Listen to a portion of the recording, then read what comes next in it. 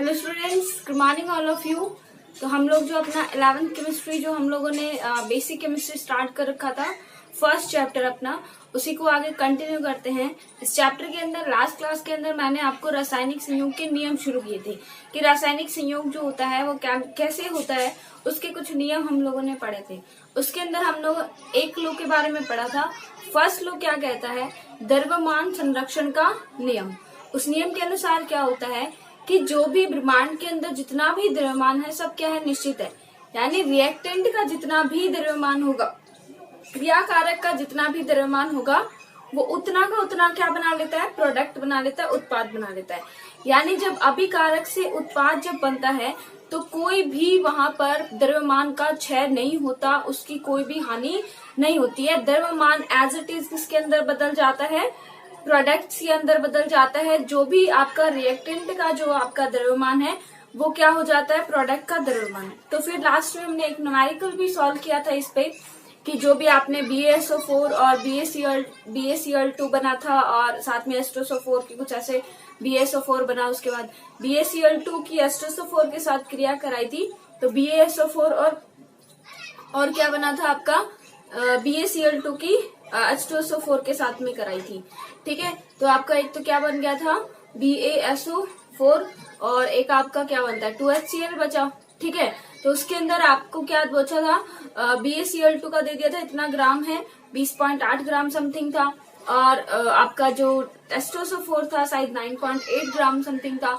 उन दोनों का आपसे मिलकर बताया था कि कुछ 7.3 ग्राम तो HCl बना, तो बाकी BaSO4 कितना बना। तो ये आप लोग किससे कर सकते थे कि आपका जो रिएक्टेंट का जो भी मास है वो आप जोड़ दो और प्रोडक्ट का जो बन रहा है उसमें से उसको घटा दिया था, तो आपका 22 या 23 समथिंग कुछ आंसर आया था। ओके, ये अपना हो गया था। तो द्रव्यमान संरक्षण नियम सभी जगह लागू होता है और इस नियम के अकॉर्डिंग हुआ क्या कि जो भी ब्रह्मांड में जितना भी द्रव्यमान है वो सब क्या है, निश्चित है। इसको अविनाशिता का नियम भी हमने कहा था। क्यों कहा था? क्योंकि द्रव्यमान का विनाश नहीं होता है। दूसरी चीज कि एक इसका इस नियम का एक अपवाद था। वो अपवाद क्या था कि जो भी न्यूक्लियर रिएक्शंस होती है, नाभिकीय जो अभिक्रियाएं होती है, उन पे ये नियम लागू नहीं होता है। क्यों नहीं होता है? क्योंकि जो नाभिकीय अभिक्रियाएं होती हैं वो नाभिकीय अभिक्रियाओं में द्रव्यमान का क्षय होता है, कई बार द्रव्यमान ऐड हो जाता है। तो नाभिकीय रिएक्शन में जो भी आपका रिएक्टेंट का द्रव्यमान, प्रोडक्ट का द्रव्यमान समान नहीं रह पाता है।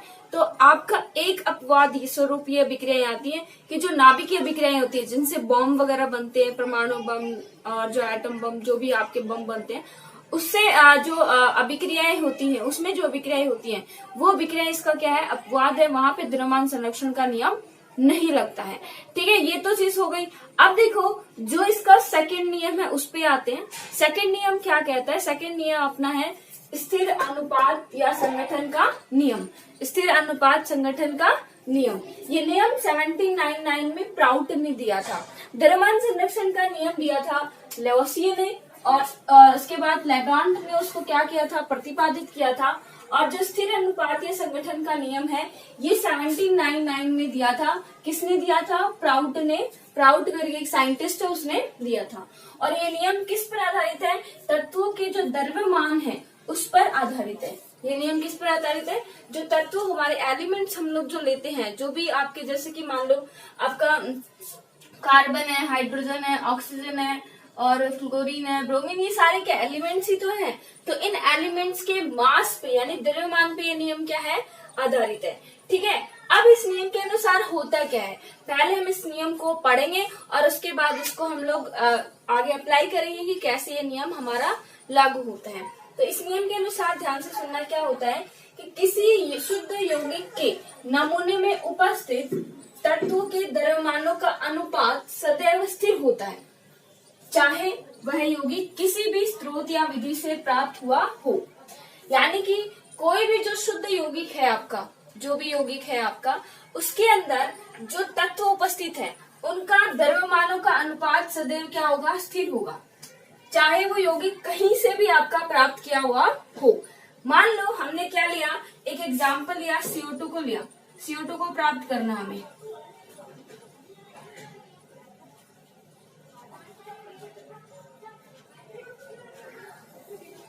CO2 को प्राप्त किया हमने, तो CO2 को प्राप्त किया। तो यहाँ पे देखो, यहाँ पे एक तो इससे चूना पत्थर है उसको हम गर्म कर रहे हैं तो CO2 बन रही है। एक जो कॉक होता है कोयला, उसको वायु में जला रहे हैं तो भी CO2 प्राप्त हो रही है। और एक जो कैल्शियम कार्बोनेट है उसकी तनु HCl से क्रिया कर रहे हैं तो भी हमें क्या मिल रही है, CO2 मिल रही है। यानी हम लोग बता तो कर रहे CO2 ही, CO2 लेकिन अलग अलग जगह से हम लोग प्राप्त कर रहे हैं। तो यानी कि क्या मतलब होगा कि जो ये CO2 है, ये CO2 है और ये CO2 है, नो मैटर ये कहाँ से हमें प्राप्त हुई है, चाहे कहीं से भी प्राप्त हुई अगर CO2 है तो उसके अंदर जो कार्बन और ऑक्सीजन जो उपस्थित है, उनके अंदर कौन से तत्व उपस्थित है, कार्बन और ऑक्सीजन, उनका जो द्रव्यमान होगा, जैसे कार्बन का द्रव्यमान कितना होता है 12 और ऑक्सीजन का अनुपात कितना होता है 16, ऑक्सीजन का द्रव्यमान कितना होता है 16, तो उनके अंदर जो द्रव्यमानों का अनुपात है वो क्या रहेगा, स्थिर रहेगा। अब हम लोग किसकी बात कर रहे हैं, CO2 की, तो O2 यानी कि 16 की जगह क्या आ जाएगा 32, ठीक है। तो चाहे कोई भी CO2 हो, कहीं से भी प्राप्त हुई हो, उसका जो द्रव्यमान का अनुपात है वो क्या रहेगा, अपना स्थिर रहेगा। ये नियम ये क्या कहलाता है, स्थिर अनुपात का नियम, यानी कि उसका अनुपात हमेशा क्या रहता है, स्थिर, इसलिए इसको क्या बोलते हैं, स्थिर अनुपात का नियम। और उसका द्रव्यमान निश्चित भी रहता है, इसलिए इसको निश्चित संगठन का नियम भी कहते हैं, कि उसमें कंपोजिशन क्या है, निश्चित है, संगठन क्या है उसका, निश्चित है। एक कार्बन है 2 ही ऑक्सीजन है, एक कार्बन है 2 ही ऑक्सीजन है, एक कार्बन है 2 ही ऑक्सीजन है। कार्बन का द्रव्यमान 12 ही होगा तो ऑक्सीजन का द्रव्यमान 32 ही होगा, O2 का, ठीक है ना, O2 का, एक अकेले ऑक्सीजन का तो 16 ही होता है, बट O2 का कितना होगा 32 ही होगा, कार्बन का 12 ही होगा तो O2 का 32 ही होगा, चाहे वो किसी भी क्रिया से हमें प्राप्त हुआ हो। फिर से देखिए, अब इस पे अप्लाई करके देखेंगे ये नियम लागू होता है कि नहीं। किसी शुद्ध यौगिक के नमूने में, मान लो हमारा यौगिक क्या है CO2, उसमें उपस्थित तत्वों के द्रव्यमान यानी कि C और O2, ठीक है, उसमें उपस्थित कौन कौन से तत्व है, एक तो कार्बन है और एक कौन सा है, O2 है, ठीक है। द्रव्यमानों का अनुपात सदैव स्थिर होता है, हमेशा कांस्टेंट रहेगा, चाहे वह यौगिक किसी भी स्रोत या विधि से प्राप्त हुआ हो। हमें ये नहीं देखना है कि मान लो कि कोक से ही CO2 मिली हो या चूना पत्थर से CO2 मिली हो या कैल्शियम कार्बोनेट से CO2 मिले, हमें CO2 से मतलब है कि CO2 मिलनी चाहिए, चाहे वो कहीं से भी मिले। CO2 अगर है तो उसके अंदर जो अनुपात रहेगा वो हमेशा 12:32 रहेगा। तो 12:32 का सरल अनुपात क्या होता है, 3:8। क्या से कट जाएंगे, 4 3 12, 4 8 32, ठीक है ना। तो अब देखिए, अब क्या हुआ कि चाहे वह यौगिक किसी भी विधि से प्राप्त हुआ, इसे निश्चित जो संगठन का नियम भी कहते हैं। CO2 को प्राप्त किया, एक बार हमने चूना पत्थर को गर्म किया, चूना पत्थर क्या होता है, यही CaCO3 होता है। CaCO3 को आपने गर्म किया, जैसे ही आप इसको गर्म करने का साइन होता है ये, जैसे ही आपने हीट किया, इससे CO2 निकल गई, तो CaO कैल्शियम ऑक्साइड और CO2 बन गई। तो इसके अंदर अगर आप अनुपात की बात करो तो देखो, कार्बन कितना है 12, अनुपात ऑक्सीजन कितने हैं 2 ऑक्सीजन है, एक ऑक्सीजन का होता है 16, तो 2 ऑक्सीजन के कितने हो जाएंगे 32, तो ये 32, तो क्या हुआ 3:8, सेम 3:8 आया। अब हम लोग दूसरी विधि से कर रहे हैं कि कोक को हमने वायु में जलाया, ठीक है, कोक के O2 के साथ में हमने दहन क्रिया करी, तो क्या होगा, कार्बन प्लस O2 मिलकर CO2 बनाया। अब यहाँ पे भी आप लोग देखना, कार्बन कितना एक ही है तो 12, ऑक्सीजन कितने हैं 2 है तो 32, फिर इनका अनुपात भी क्या होगा 3:8। ओके, थर्ड रिएक्शन हम लोग कर रहे हैं कैल्शियम कार्बोनेट की तनु HCl से क्रिया। कैल्शियम कार्बोनेट है CaCO3, उसकी हमने 2HCl के साथ क्रिया कराई है, तो Ca और इसके 2 Cl2 निकल गए, 2 हाइड्रोजन और एक इसका ऑक्सीजन निकल गया, प्लस में CO2 निकल गई। अब यहाँ पर जो CO2 है इसमें भी कार्बन तो एक ही है तो 12 और ऑक्सीजन कितने हैं 2 तो 32, यानी कि 3:8। अब देखो, तीनों में अलग अलग विधि से प्राप्त है, तीनों की विधियां क्या है, अलग अलग है, विधियां अलग अलग है, बट उनका अनुपात क्या है, हमेशा सेम है। तीनों का अनुपात क्या है, 3:8 है। तो 9 मीटर वो कहाँ से हमें प्राप्त हुआ, उसका सोर्स क्या है, वो हमें चीज नहीं देखनी है, हमें बस इतना देखना है कि उसके अंदर अनुपात सेम होता है कि नहीं होता है, ठीक है, अनुपात हमेशा सेम रहेगा। चलो, आपको ये नियम इससे समझ आ गया, बहुत अच्छी बात है, मैं इधर हो जाती हूँ, आप लोग इसको अच्छे से लिख सकते हो, ठीक है। और ये नियम आपको समझ आ भी गया होगा कि कोई भी जो आपका शुद्ध यौगिक का नमूना है उसमें जो उसके उपस्थित तत्व है उनका अनुपात हमेशा स्थिर रहेगा। द्रव्यमानों का अनुपात, द्रव्यमानों का अनुपात हमेशा स्थिर रहेगा, चाहे वह यौगिक किसी भी विधि से कहीं से भी प्राप्त किया गया हो। अगर उसका फॉर्मूला वही है तो द्रव्यमान का अनुपात हमेशा सेम रहेगा। ये नियम क्या कहलाता है? आपका स्थिर अनुपात का नियम, और इसको निश्चित संगठन का नियम भी कहते हैं। 1799 में से प्राउट ने क्या किया था? प्रतिपादित किया था। प्राउट ने इस नियम को दिया था। ठीक है, CO2 को प्राप्त करने का हम लोगों ने देख लिया। एक और एग्जाम्पल हम लोग देखते हैं। ठीक है, एक और एग्जाम्पल देखते हैं। स्थिर अनुपात के नियम ही है, ठीक है ना, मैंने कर दिया, बट ये इसी का एक और एग्जाम्पल देखते हैं।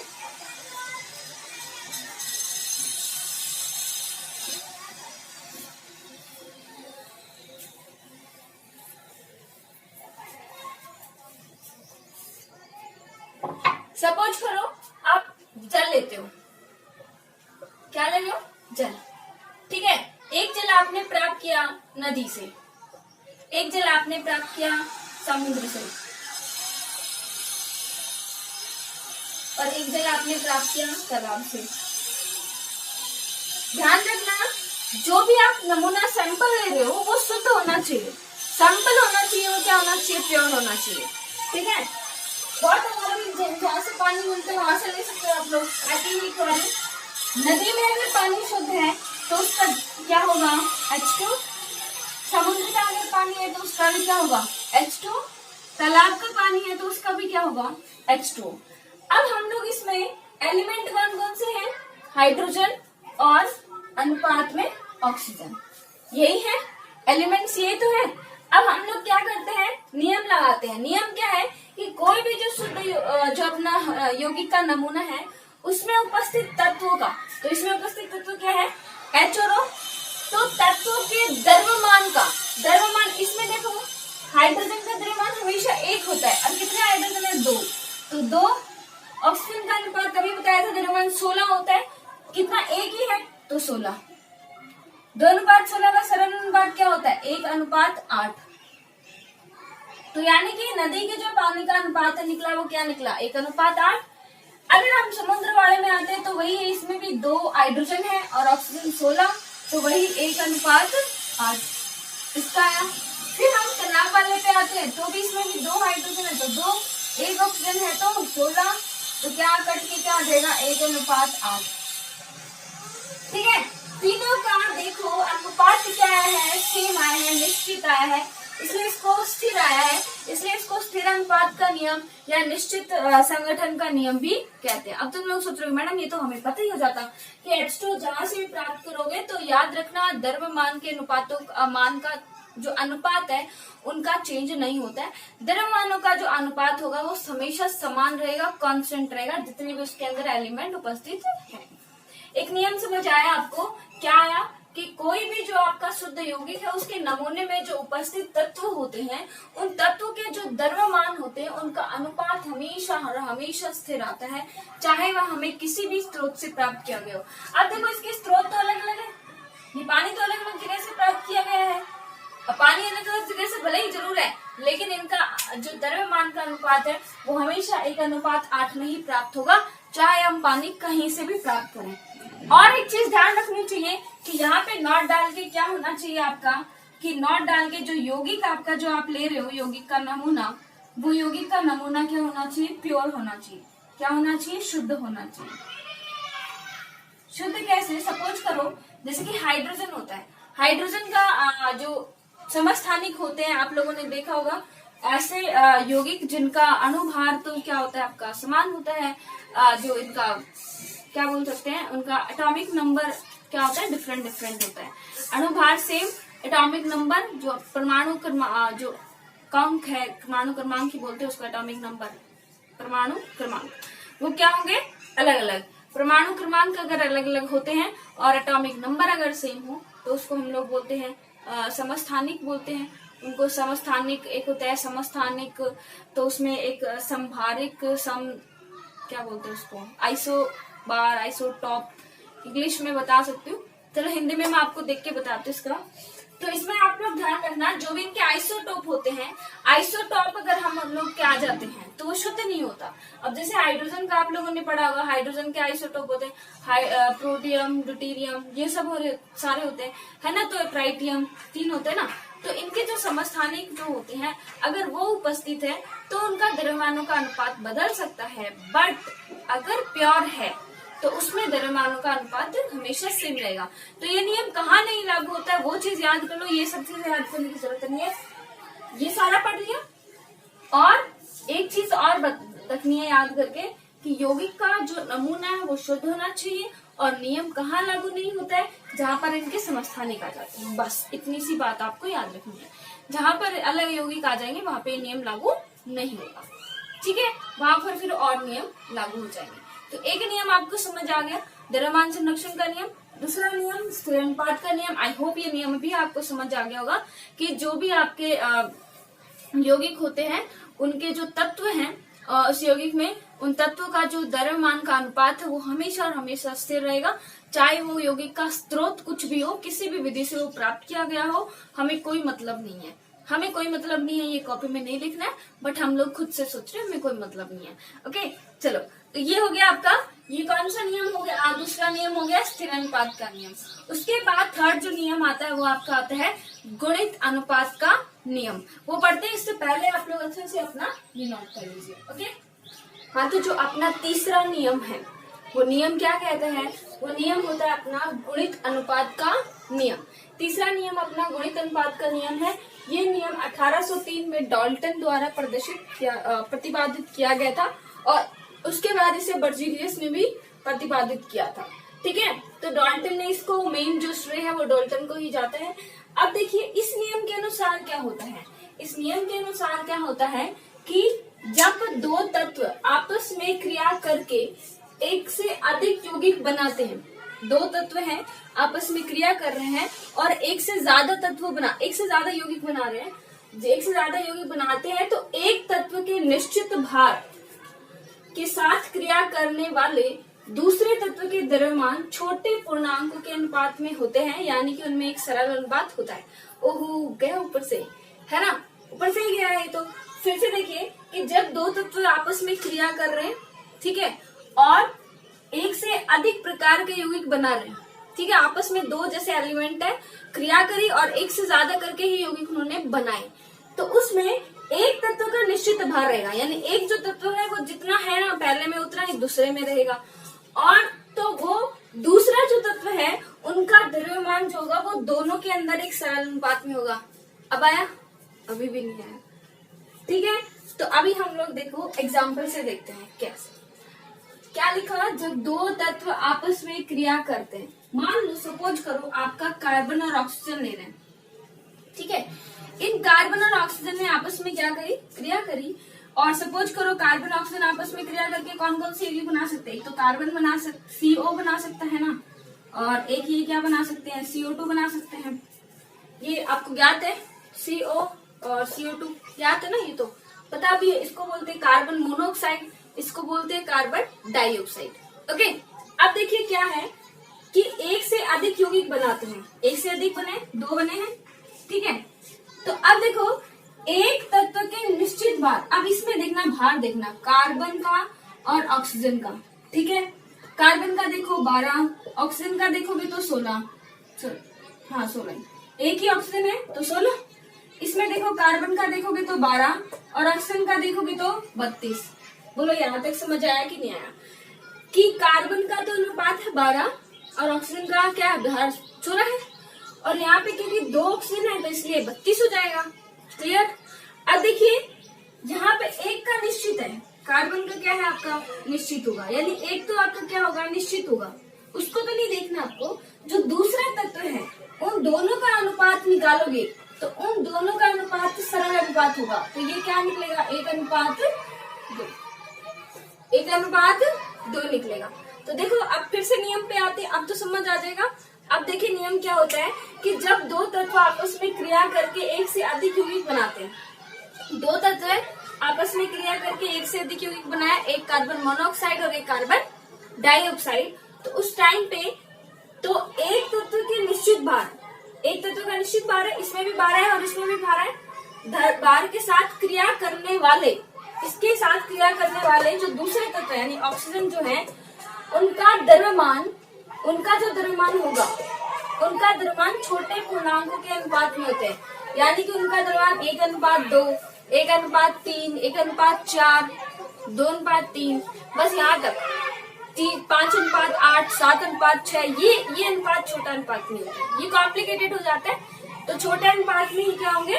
तो 1:2 सरल अनुपात है, 1:3 भी क्या होता है, सरल अनुपात ही होता है। ठीक है, तो इनमें होंगे। तो अब ये नियम यहाँ पे लागू हो रहा है। नियम क्या लागू हो रहा है आपका, कि जो हमने एक से अधिक प्रकार के जो तत्व जैसे कि एलिमेंट हमारे कार्बन और ऑक्सीजन है, इन दोनों ने जब क्रिया करी तो CO और CO2 दो एलिमेंट बनाए हैं, दो यौगिक बना रहे। इसमें कार्बन और ऑक्सीजन का अनुपात हम लोगों ने देखा 12:16 और 12:32 है। ठीक है, तो इसमें एक तो क्या रहेगा, निश्चित रहेगा। निश्चित वाले को आपको नहीं देखना है, निश्चित तो रहेगा तो दोनों का तो सेम ही रहेगा, 12 इसमें और 12 इसमें है, तो इनका तो अनुपात क्या देखना है, 1:1 ही होगा। लेकिन जो दूसरा उनके साथ जो कर रहा है दूसरा तत्व है, उनके साथ दूसरा तत्व कौन कर रहा है, 16 और 32 यानी ऑक्सीजन कर रहा है। इसमें एक में ऑक्सीजन 1 है, एक में 2 है। तो उनके साथ जो क्रिया कर रहे हैं उनका अनुपात हमेशा सरल अनुपात में होगा। तो 1:2 में ये हो गया। अब मैं ये नहीं कह रही कि फिक्स 1:2 में होगा, 1:3 में भी हो सकता है, 1:4 में भी हो सकता है, 2:3 में भी हो सकता है, लेकिन इतना ही सरल अनुपात को समझते हो आप लोग। 2:3, 1:2, 1:3, 1:4, यहाँ तक ये 1 अनुपात वाले में आते ना, वो आते हैं सरल अनुपात में। उसके बाद जैसे 6:7 आ रहे हैं, वो सरल नहीं है, वो कॉम्प्लिकेटेड है। ठीक है, तो ये नियम आपको समझ आया होगा। ठीक है, कि उनके साथ जो क्रिया करने वाले हैं उनका अनुपात क्या होगा, सरल अनुपात होगा। इसलिए इसको क्या बोलते हैं, गुणित अनुपात। गुणित क्यों है, क्योंकि हम एक में ही नहीं देख रहे, दो अलग अलग में देख रहे हैं, इसलिए इसको क्या बोला, गुणित। लेकिन बन रहे हैं इससे ही। ठीक है ना। अब हम लोग क्या करेंगे, एक एग्जाम्पल आपको मैं घर से करने के लिए देती हूँ, आप लोग करके देखना। जैसे कि मान लो हाइड्रोजन और ऑक्सीजन ले रहे हो आप लोग, और हाइड्रोजन और ऑक्सीजन से एक तो बना रहे हो H2O और एक बना रहे हो H2O2। इनमें इनका निश्चित क्या हो जाएगा, H2, और अनिश्चित क्या हो जाएगा, ये। तो इनका अनुपात आप लोग निकाल के देखना। फिर मैं आपको कल की वीडियो में ये सॉल्व करवाऊंगी कि कैसे। और फिर और भी एक एग्जाम्पल पढ़ेंगे नाइट्रोजन और ऑक्सीजन का भी, कि उससे कितने प्रकार के यौगिक बनते हैं और उनमें जो उनका अनुपात होता है वो कितना होता है। तो वो हम लोग पढ़ेंगे नेक्स्ट क्लास के अंदर। इतने आप अच्छे से इन दोनों नियम को अच्छे से समझिए। वैसे ये नियम हो गया है, एग्जाम्पल कराने को तो 1 और 2 कितने भी करा लो, वो एग्जाम्पल ही बचे हैं, वो आपको और अच्छे से बता दूंगी। लेकिन एग्जाम मेरी तरफ से ये नियम हो गया है, और एग्जाम्पल भी मैंने बता दिया है, सारे यही लगेंगे। एक एक खुद करके देख लेना, अपने आप क्लियर हो जाएगा आपका कि हमें नियम समझ में आया है कि नहीं आया। फिर भी अगर नहीं समझ में आए तो क्या करना है, वीडियो को वापस से शुरू करना है और फिर से देखना शुरू करना है। ठीक है, इससे आपको अच्छे से समझ में आ जाएगा, क्योंकि दोबारा हम लोग देखेंगे तो दोबारा अच्छे से समझ में आएगा। ओके, चलो इतने आप अच्छे से पढ़िए, स्टडी कीजिए। और अब तक तो आप लोगों ने सिलेबस अपना डिसाइड कर लिया होगा कि हमें क्या सब्जेक्ट लेना है। तो आई थिंक जो भी अपने से डिसाइड किया है, मैथ्स किया है या बायो किया है, केमिस्ट्री दोनों के अंदर आनी है, तो केमिस्ट्री को तो पढ़ना ही पढ़ना है। भले ही आप बायो और मैथ की क्लास ऑप्शनल छोड़ सकते हो कि पता नहीं हमें मैथ्स पढ़नी है या बायो पढ़नी है, बट केमिस्ट्री और फिजिक्स तो आपको पढ़नी ही पढ़नी है, और इन केमिस्ट्री तो आपको ऑलवेज पढ़नी है। तो केमिस्ट्री तो आपको पढ़नी है, इसलिए केमिस्ट्री को तो एटलीस्ट पढ़ना शुरू कीजिए। ठीक है, अच्छे से अपना जो वीडियो है उनमें आपको सब कुछ लिखाया भी जाता है, साथ साथ में अपने रफली नोट्स तैयार कीजिए। जैसे ही मतलब पूरे नोट्स बनते हैं मैं आपको फिर नोट्स भेज दूंगी। ओके, चलो बाय।